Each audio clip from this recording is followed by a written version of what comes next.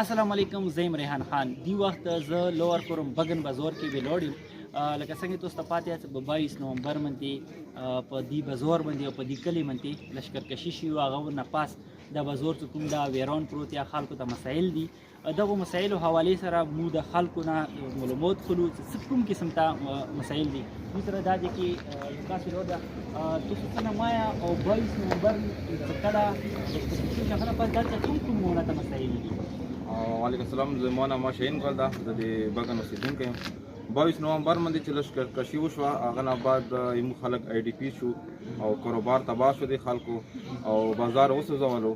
نو زمونږ اوس دا ایشو دی سوال خو د بازار چې کوم دا شی خودنوش نه میلویږي، میډیسن نه میلویږي، اول خو د بازار آباد شي.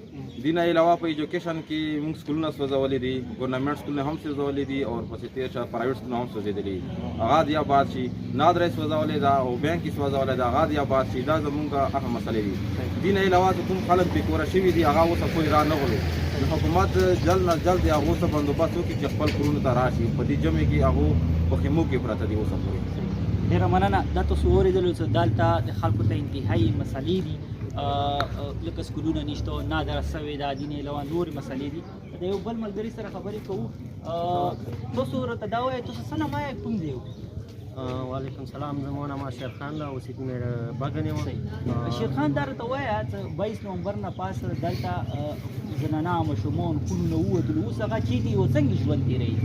هغه ډېر خراب ژوند کوي. څه کیمپونو کېږي، ټال کېږي، هغو خیمو باسانه شته، اوبه لوږه، ټول تکلیفونه دي. بازار ده او پسې تېر شه بینک ته، سکولونه دي، ټول کوم ګورنمنټ هغه دي هغه ټول بند دي. د دې لپاره موږ ګورنمنټ ته درخواست کوو چې موږ ته د خپل بازار ډېره مننه. تاسو څه نامه یې؟ السلام علیکم.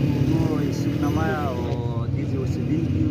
یوسف دا راته وایه چې دا دې کې خو د هسپتالونه او میډیسن چې کوم دوکانونه وو هغه هم سوي دي، هسپتال هم نشته. د خلک څه کوي او جمع ده، څه مسله ده خلکو ته؟ ډېره زر تر زره وال نه وال خو دا ټول متاثرین شي، څوک ټلو کې، څوک دواو کې، څوک د ساماندو کې. او اوس دې کې هېڅ دراک نشته، پوه شوې. نه میډیکل سیستم شته، نه خوراکي مواد سیستم شته. موږ دا غواړو چې د بازارونه به چې حکومت زر تر زره دې باندې اکشن وکړي، خامخا څه نه څه وکړي انشاءالله. ډېره مننه. بالکل دلته د PDMA طرفه نه سروې هم کمپلیټ شوې ده، خو اوسه پورې خلکو ته هغه کوم یا راشن راغلی یا کوم ریهبلیټیشن پروسس دغه یا شروع شوی نه ده. نو دا خلکو دا مطالبه یا کوم PDMA طرفه نه کوم سمنونه راغلي، هغه د زر تر زره خلکو ته ویل کړي.